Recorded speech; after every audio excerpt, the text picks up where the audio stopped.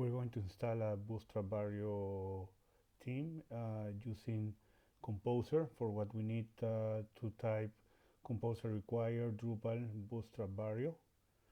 That will call Composer, and Composer will install Bootstrap Barrio on your computer. Uh, this is it's going to update also the composer.json. You see that not only Barrio is installed, it's also Bootstrap put in your computer in the vendors folder.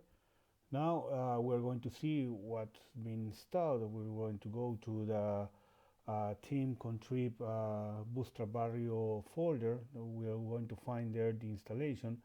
To install a subtheme, we're going to change the permission for this script that we're going to run, that is create subtheme.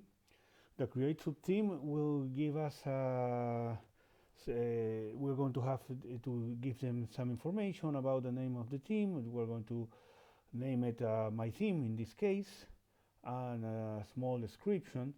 With this, the subtheme has been installed.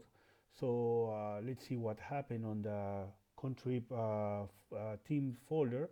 We're going to go there and see that my theme has been created under the custom theme custom folder, and all the files are there, and we have a subtheme installed based on Barrio.